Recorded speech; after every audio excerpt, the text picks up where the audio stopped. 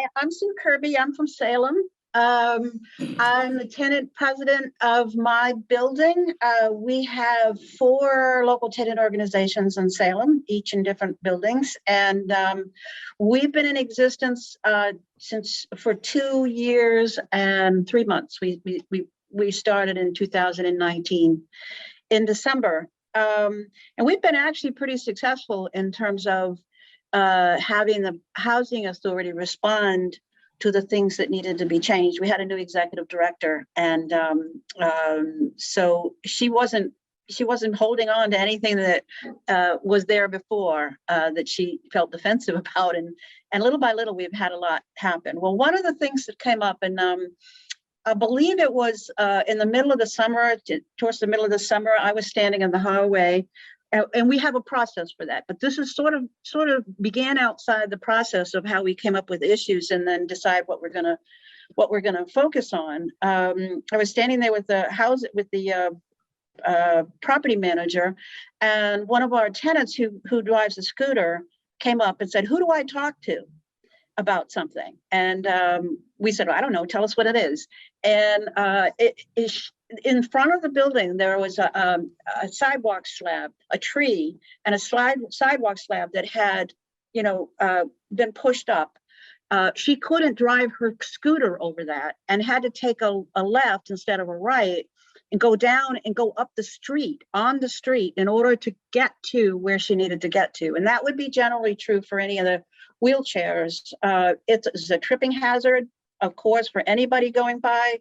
But it was particularly hard for people with a mobility problem who were using some kind of motor or other way to get around.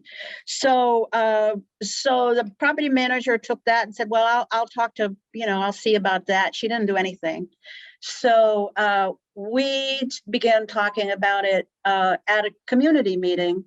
The next step that we took was that we talked about it at our board meeting, and we decided, well, let's just call up the Public Works and start advocating for this. So they have this thing called See, Click, Fix that you can go online and put your problem, your city repair, and we did that, and nothing happened. And so 2 people called, had to leave a message, and nothing happened.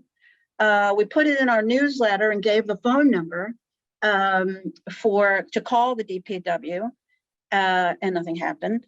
Right after we first started, we went to our board meet, our executive director, when we meet the first Monday of every month, and we said, "This is an issue that we have." And they basically said, "It's got nothing to do with us, that's city property, but we'll be glad to call over there." And nothing happened. So we had a community meeting in October, and we did our exercise where we put up all the things on board that we all have come up, issues to address, and we asked people to vote on the ones that they think are our priorities, and we give everybody 3 dots and they put it up there.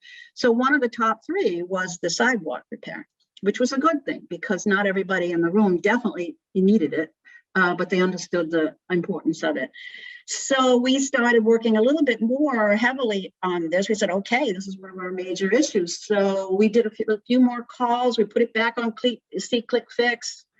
And then in October, 2 of us really basically called them from the board saying, we want an answer for this. And we did get an answer, and the answer was that the city had 300 such things, sidewalk repairs, and they couldn't even guarantee that it was going to happen the next year.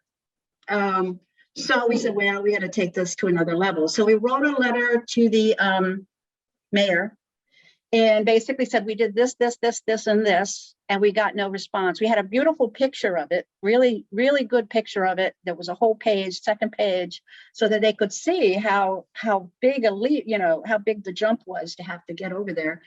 And we started getting signatures over this holiday, in December, over the holiday season.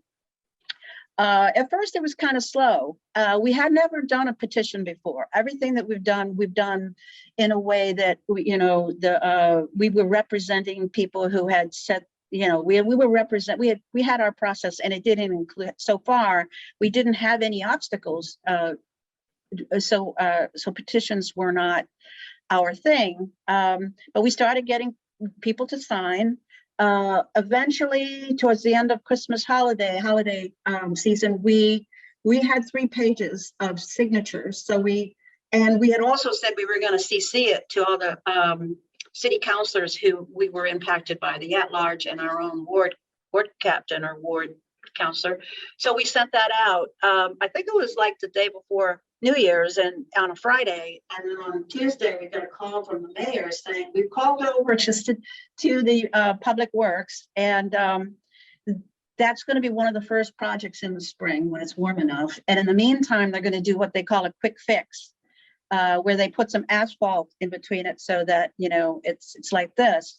And they should be over there within a couple of weeks. And they came about 5 days later and they did that. So it was a huge success for us. And then when our new city councilor came to visit, it was really interesting. We didn't know her, didn't know much about, well, I didn't know her very much, but I did vote for her. But she pulled out this letter and said, and she was put in office January 1st. And she said, I went to get my mail the first day I was on, a city councilor, and I pulled this out. And she said, it's your letter. And she said, this is what you got to do. I mean, she told us what we needed to do, which of course we did. She said, now I know that you people are organized and I have to listen to you. So I would say it was, and 2 other city councilors also called to say that they had put in a word with the councilor. So I would highly recommend that. The interesting stories of how slow it was to get started and to get people to sign or to take responsibility to get it out is another whole interesting piece.